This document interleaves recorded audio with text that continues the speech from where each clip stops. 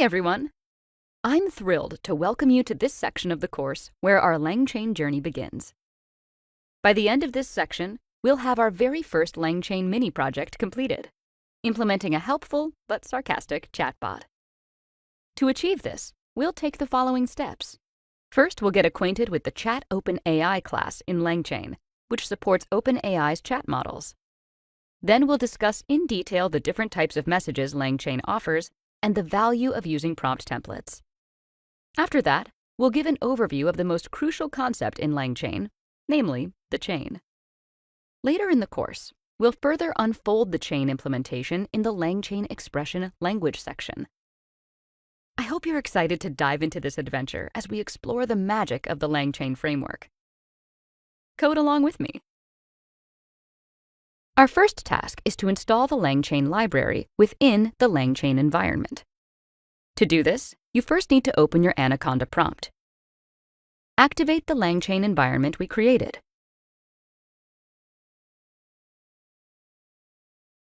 Then pip install the LangChain library.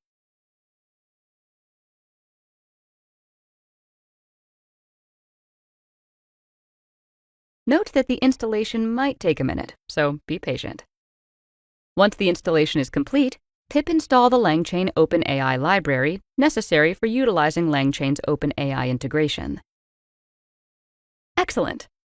Now create a fresh Jupyter notebook, and while doing so, remember to use the LangChain environment kernel. For simplicity, ensure the .env file is in the same directory as the notebook. As previously demonstrated, we can use IPython's magic commands to set the API key as an environment variable. Recall that you had to load the .env extension and apply the .env magic command. Then run the cell. This line of code is sufficient for LangChain to locate the required environment variable. Next, include the following import. From LangChain OpenAI, .chatModels, import ChatOpenAI. Execute the cell and create a variable called chat. Set it to an instance of the ChatOpenAI class.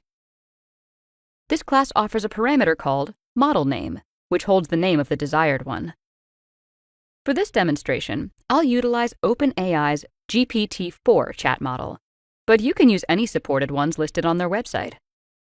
All right, since this class uses OpenAI's API, we can employ the seed parameter to ensure you and I obtain similar responses. But upon examining the documentation, we find that seed is not listed.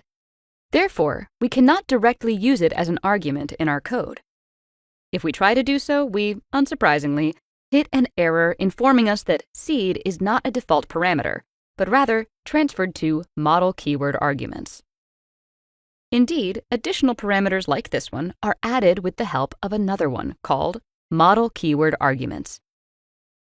It expects a dictionary, which in our case would store a key value pair with the key being seed and the value being any integer.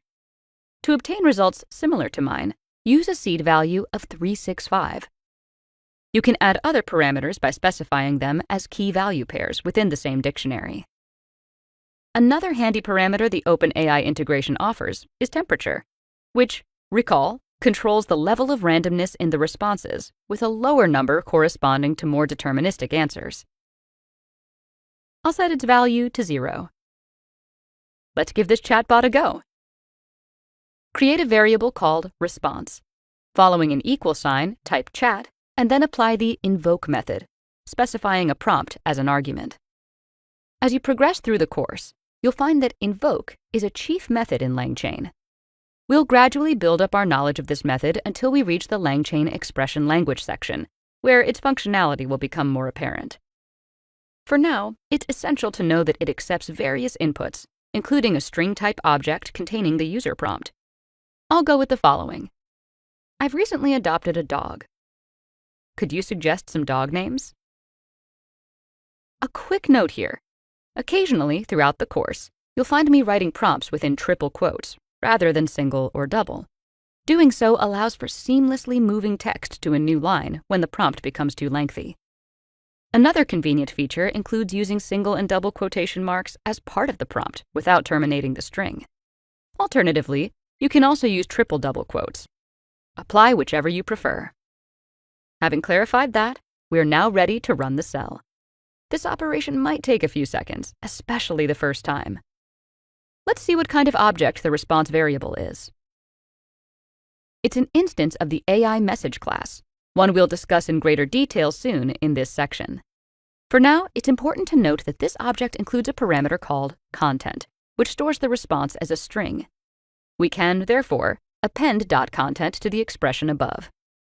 Finally, use the print function to neatly format the content. Great! We have an exhaustive list of categorized dog name suggestions, but I think we can all agree that this is quite a lengthy response. Let's limit the maximum number of completion tokens to, for example, 100. Redefine the chat object and invoke it again to create a new response. Displaying the response variable, we see that the content is much shorter this time.